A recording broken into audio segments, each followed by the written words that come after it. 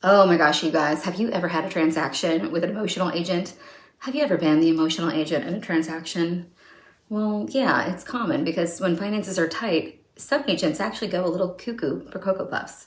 Hey y'all, I'm Amanda, the marketing mama for all things real estate, and I want to help you build your business and save you from cuckoo for Cocoa Puffs.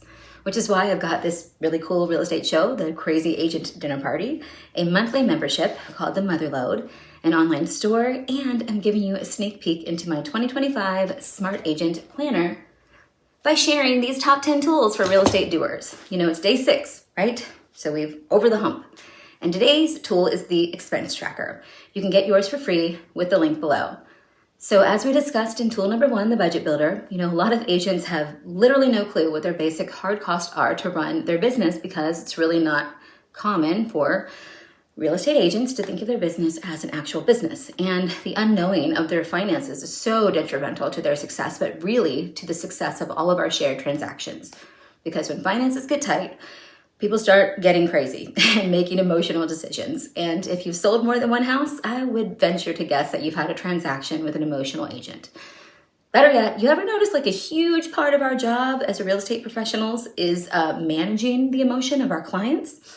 Well, you really can't do that adequately if you yourself are emotional. So having closed thousands of transactions over these past 2 decades, I know for a fact I can absolutely promise you that the clients tend to take on the personality of the craziest nut in the bunch. So yeah, tracking your expenses is super vital. Every single month, you got to check yourself before you wreck yourself. And today's tool goes hand in hand with yesterday's tool, the agent marketing wheel, that measured your lead sources, because it's like the marketing wheel's ride or die, right? You're going to cross-reference that lead source with your income and expenses to determine ROI, because in the infamous words of DJ Quick, if it don't make dollars, it don't make sense. And we're doing this for dollars, right? We don't do this for practice. So let's make some dollars, right? Using this tool, you're going to line item your business expenses as well as your personal expenses every single month. That's what you're going to do. And if you're using tool number 3, the Millionaire Maker Checklist, correctly, then a part of your week every week will be to track your income and expenses. So hopefully, you're taking like half an hour or so to do that every single week.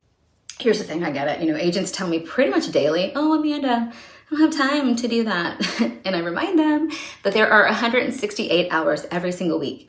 And measuring and tracking is such an important part of success as an entrepreneur that if you don't make it a part of your regular routine, you're going to have 168 hours a week, week after week, of nothing to show for it. I've honestly seen it so many times in our business where, a real estate dreamer with all these big hopes, and even somebody that hustles a lot, they just become the real estate reasoner, giving excuse after excuse after excuse, not really tracking what they're doing.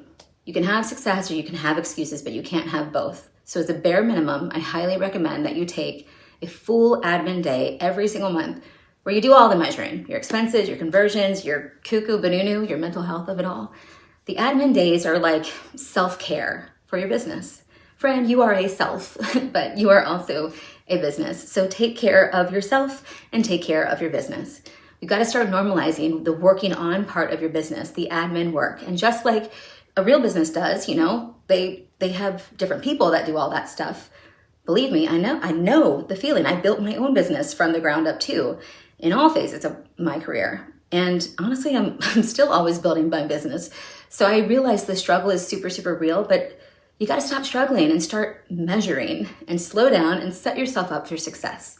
You wear so many hats, that is true. But if you implement these tools, you'll start to see the fruits of your labor. And then I promise you, you can actually start outsourcing some of those hats, hiring people, right? You are assisting people with what may be the most expensive purchase they may ever make and maybe the largest asset they may ever have. So put some effort into developing yourself and your business. And guess what? You're going to help them with even bigger purchases and even bigger assets forever and ever. So yes, I'm sharing these top 10 tools for real estate doers because, gosh, I would love for you to buy the planner. I'd love for you to watch the show and join my membership. But really, my real mission is to make an effective change in our industry. I really do want to help agents sell more real estate and have so much more fun doing it than they do. It should not be something that you loathe. You should love it. I love this business. And I promise you will too if you implement these tools.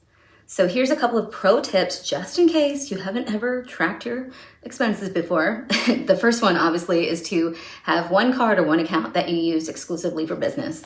And number two is to download your transactions from your credit card or bank account, whatever you're using, in a CSV file. And that way you can sort your transactions by type. And that way you can see what you're spending. And I really do encourage that, because seriously, you have no idea if you're even making those expenses. Like, again, my youngest son was like 5, and I think he spent about $400 or $500 one time on Google Pay. And I would never have ever caught it had I not done my regular expense tracking.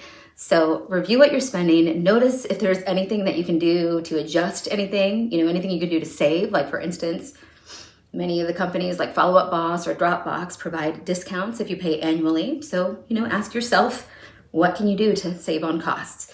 And also look at things in your business that maybe you've never used or only used once, right?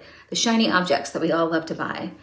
Do you need it or not? We all love shiny objects as agents, right? But we hate expenses, which is honestly why I made my monthly membership, the Mother Load, just $0.25 a day. It's a lot of useful tools for less than a number 4 at Taco Bell. Speaking of which, it's time for lunch. So I'll see y'all tomorrow for tool number 7.